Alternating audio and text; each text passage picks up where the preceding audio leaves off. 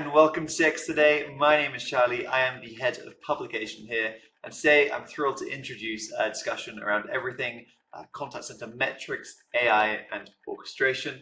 And joining me for that conversation is Matt Clare, the VP of Product Marketing at UJET.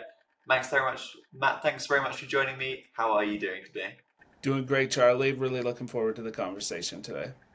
Absolutely, and we're going to cover a lot of bases today, but I want to start with sort of an observation that you and I made previously around the proliferation of two metrics, and that is for conversation automation, and that is deflection and containment.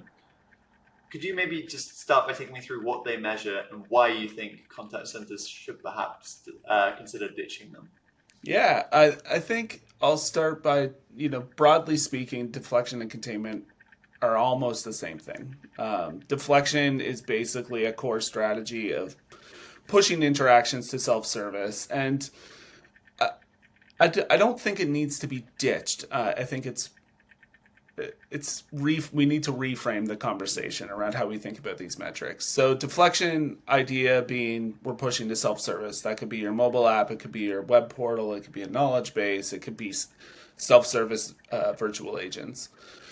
Containment is really focused around ending the conversation on the channel it begins. So containment is a piece of deflection, and in no way would I say we should ditch these metrics. They're definitely important metrics. I think what I've struggled with is it's not like deflection and containment's not a strategy.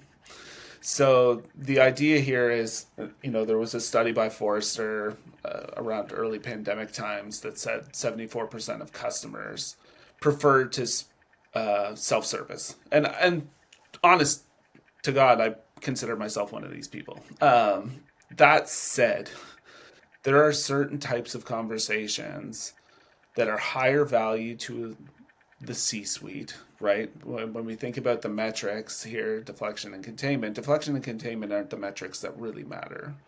CSAT, NPS, customer lifetime value, these are metrics that actually make a difference to a business's bottom line. And while deflection and containment can play a part in customer satisfaction, as I just said, I always prefer to self-serve if I can.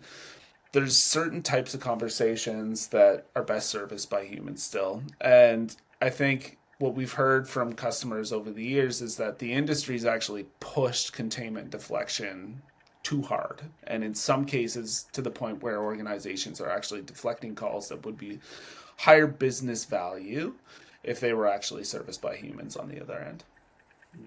Yeah, I think that's a really good point, but it makes me think like, okay, which contact should be human led? I don't know if you have any sort of thoughts there. So my personal take on this is if there's a conversation that requires empathy, if there's a grand debate around AI responding empathetically right now, and sure, AI can say, "Oh, I'm sorry," like it, and it sounds empathetic, but like I think at the end of the day, there's certain things that humans prefer to do with other humans. Um, so if you think of things like customer calls in and they're frustrated and they want to cancel, could you deflect and contain that in self-service virtual agent? Absolutely. It's not a difficult workflow to put in a ticket that says customer wants to turn down service. But why would you ever do that? And why would you ever leave your virtual agent to actually try to retain that customer, right? This is a very, like, at the end of the day, humans buy from humans. Humans want to converse with humans. Humans want to interact with other humans. So I think if it's anything that could impact customer lifetime value, cross sell, upsells, customer retainment, anything to do with sales, I think the general sentiment is these are still best interactions that are serviced by actual humans within the contact center. Mm. And yeah, I think as you mentioned, cross sell, upsell, kind of reassurance opportunities that humans can really take. I mean, I also it reminds me too a little bit about the customer service recovery paradox of how if you resolve a customer's issue really well, they'll be happier than they were before the issue occurred. But it makes me think, like, if we can train certain pain points, emotive pain points, agents to handle them really well, perhaps there is an opportunity, as you say, to boost customer satisfaction and revenue. I think it's an important conversation, but obviously, as we become more deliberate with maybe which type of contacts agents have, their roles probably going to change quite a lot. I don't know if you have any thoughts on how the contact center agent of the future might be different to what it is Yeah, today. yeah, we've definitely seen this. I think, and I'll caveat this with I've obviously been close to AI, having spent some time at Google and being a Google partner for the last almost 10 years on this AI journey. I I think broadly speaking, we're not really seeing AI replace humans.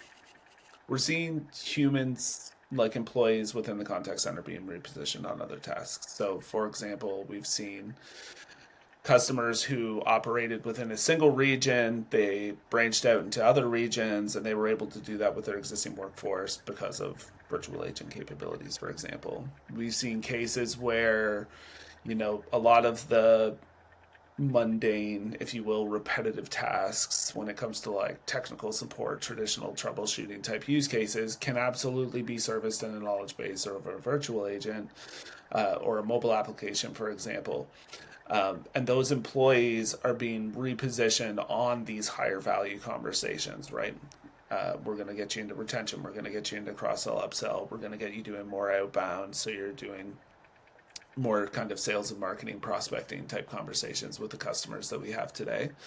And I think this is where, as we think about this AI journey and where we as a market are on this AI journey today, it's really important that we're not just thinking about deflection and containment. We're thinking about leveraging AI in ways that can actually empower employees to be more efficient, more productive, and ultimately service customers with higher quality conversations.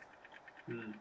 And you mentioned that empowering agents. It also kind of again makes me think about how will the agent toolset maybe change as that shift that you've just highlighted there occurs. I don't know if you could maybe talk about how maybe contact centers through their tool set or other methods can sort of bolster the agent experience amid that shift. Yeah, I think the short answer is AI, which it sounds very tongue in cheek, and it's kind of cheeky for me to say that.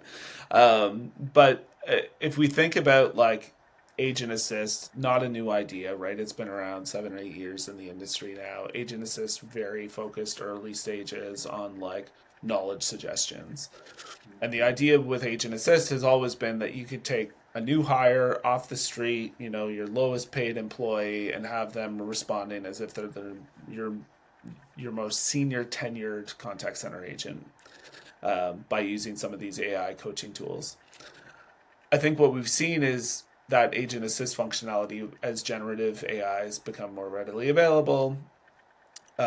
It's kind of evolved from like knowledge suggestions towards a more true coaching experience. So you're seeing agent assist do things now that is more aligned to like cross sell, upsell, right? That next best action type behavior, and not just I heard customer had a support issue. Here's a knowledge base article on how to fix that support issue. So agent assist tools firmly believe are going to play a huge role in this, because as those kind of mundane, repetitive conversations do get virtualized with conversational agents, you're going to not only are you going to get more complex conversations coming through on the service support side of the house, but you're also going to have higher opportunity to retrain, retool your employees to have these different types of higher value customer conversations. And it's not it's very two different it's two very different personalities, right? That can, like, the people that go into tech support are not typically the same people that are out there doing your frontline sales. So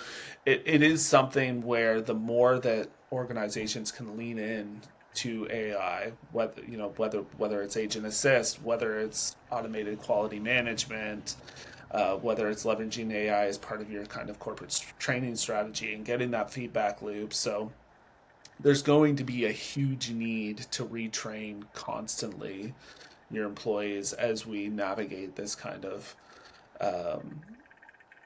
journey from traditionally boring, repetitive tasks to higher business value type conversations. Yeah, and in those conversations, I guess there's a huge opportunity for value, and that for me is perhaps the biggest takeaway from our conversation today, Matt. But it's been a really fascinating conversation, so thanks very much for joining me today. Yeah, pleasure as always, Charlie. Thanks. Absolutely. Also, thanks to everybody for watching. Bye for now.